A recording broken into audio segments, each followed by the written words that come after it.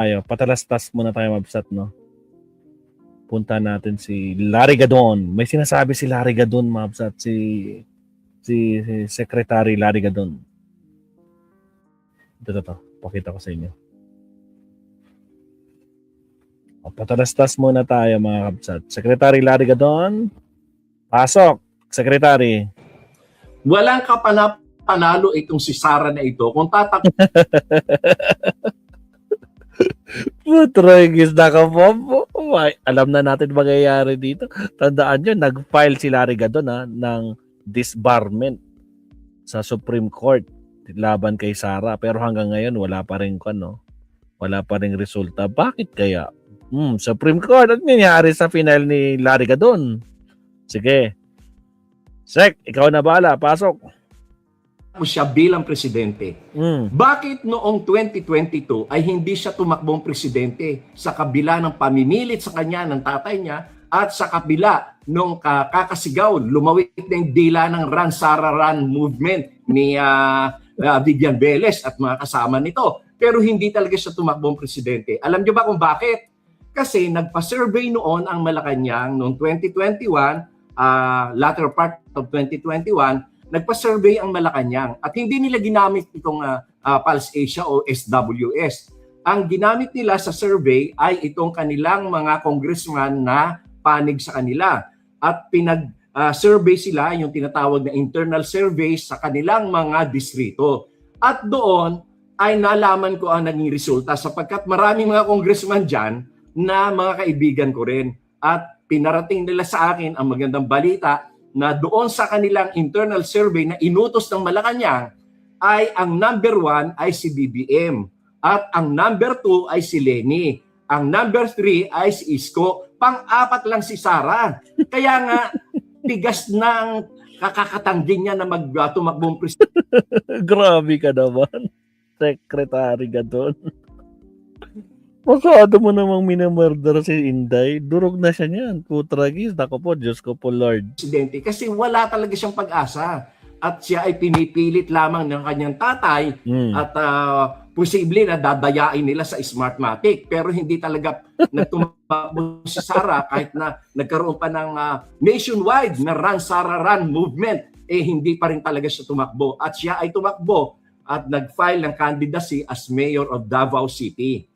Kaya lang, merong mga kaibigan at meron talagang isang close family friend at lawyer din na nakipag-usap kay Sara. Ang sinabi sa kanya, sikat ka lang ngayon kasi anak ka ng presidente.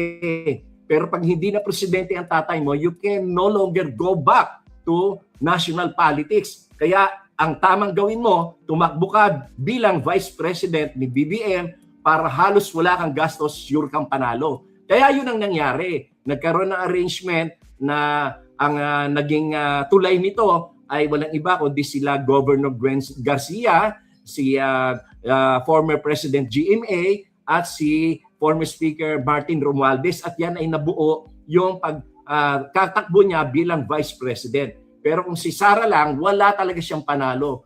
Wala tang panalo kung siya ay tatakbong presidente. Lalo pa ngayon. Sabi nga niya, attorney, hindi na pala attorney si secretary. Sabi nga niya, nagsosorry siya na ikinampanya niya si BBM para maging presidente. Ipinanalo daw niya. Putragis. Ano daw? Putragis na. Ang lakas talaga ng tama nito. Sige, secretary, ikaw na bahala. Malapit na matapos to. Here we go.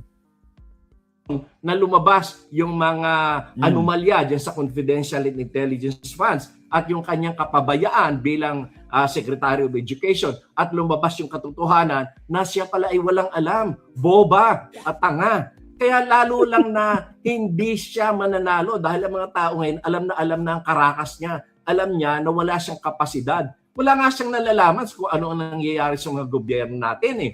Kaya walang kapag-asa yan. Drama na lang ito, yung tinatawag niyang pagtatakbo ng 2028 para ang magiging depensa niya dyan sa impeachment case ay yung political persecution nito kasi tatakbo akong presidente. Gusto nilang hadlangan ang pagtatakbo ko bilang presidente.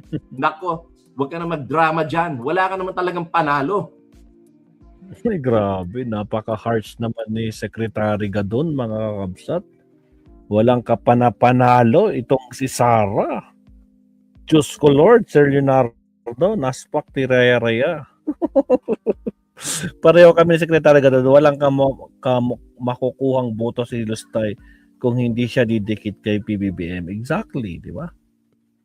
Mas malayo ang mga loyalista. Solid talaga yan. Pero ang problema kasi nga, masyado silang assuming sa Leonardo, no? Hindi nila alam hanggang Davao. Hindi nga nila makuha yung buong Mindanao eh. Hindi naman 100%. Davao pwede, di ba? Doon sila pero masyado lang silang masyado silang pilingera. Tragista ko po, ayusin niya muna yung problema bago siya mangarap maging presidente. Kung magiging presidente siya. Alright. Ito, pakinggan natin, Mabsat, si Professor. Kaninang umaga ko pa gustong i-live to. Yung tungkol nga sa ginawa nila Senator Risa, nila Ping Lacson. Ayun, so pakinggan natin si Professor. Wait lang. Countdown mo tayo. At sa baba kong pasok, huwag kalimutan mag-like and subscribe. Salamat po. Here we go.